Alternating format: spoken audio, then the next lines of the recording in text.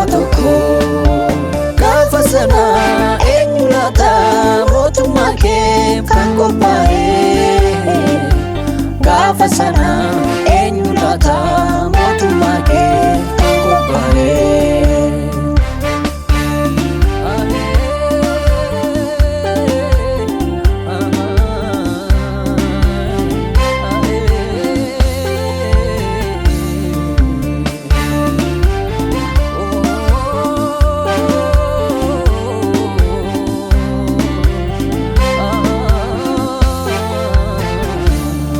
Ennuftaaya Yesuus gaafa tokko girdii gamanii yaadda baasuufi ennuftaa gaafa san hundumtuu ilkaan qaruuf jiru gaafa san hundumtuu ilkaan qaruuf jiru maaloo obboloota koo yadeebinu maaloo obboloota koo adeebinu.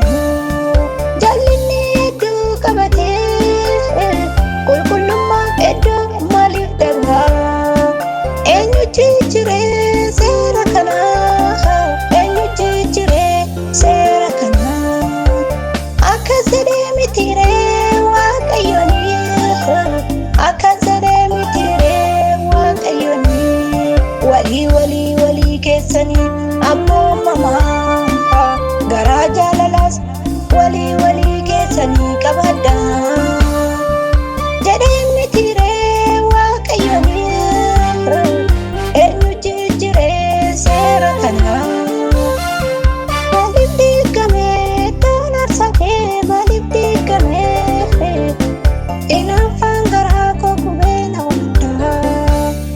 Ennuftaa gaafa tokko ennuftaa Yesuus gaafa tokko gaafa sana eenyu laata mootummaa kee kan qophaa'e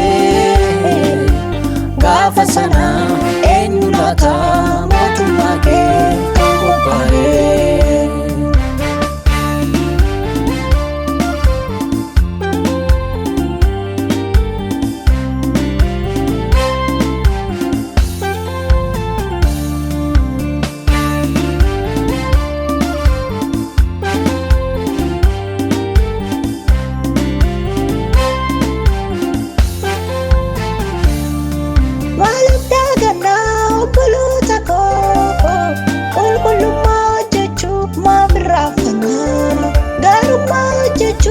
Maaf dagannaa qulqullummaa hojjechuuf maaf irraanfannaa warra mootummaa isaaf qophaa'e fudhachuu Yesuus hin dhufaa gaafa tokko Yesuus hin dhufaa gaafa tokko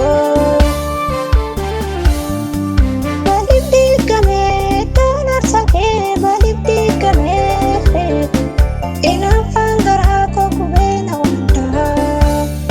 Ennuftaa gaafa tokko ennuftaa Yesuus gaafa tokko gaafa sana eenyu laata mootummaa kee kan qophaa'e gaafa sana eenyu laata mootummaa kee kan qophaa'e.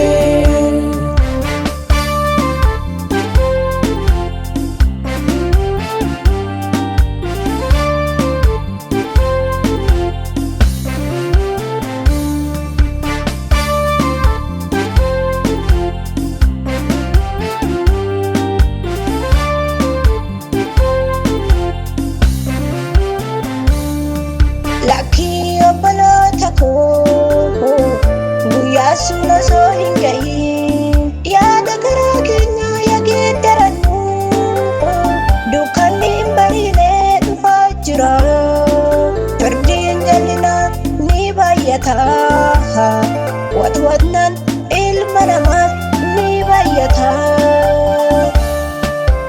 Lakkii obboloota koo yadeebinu lakkii obboloota koo yadeebinu iddoo aarsatiif yaa hin hafnu mana waaqayyoof yaa hin hafnu.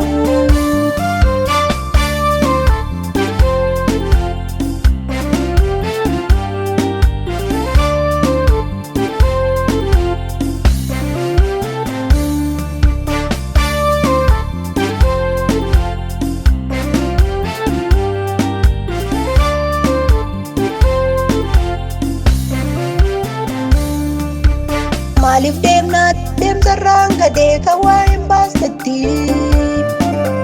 Maaliif deemnaat deemsarraan kadee kan